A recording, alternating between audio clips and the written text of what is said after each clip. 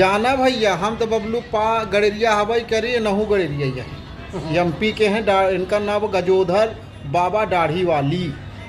चलाऊ लगे आवा तो जाना चला एक ठो अच्छा से गाना तहाँ के सुनाई दी जो खुश हुई जब फॉलो कैल है यूट्यूब पे महाराज और बबलू कॉमेडियो बाटे।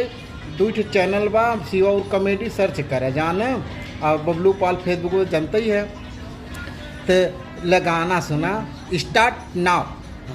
बिना बदरी के बरस समानवा भवनवा निकला गई हो। बिना बदरी के बरस समानवा भवनवा निकला गई हो।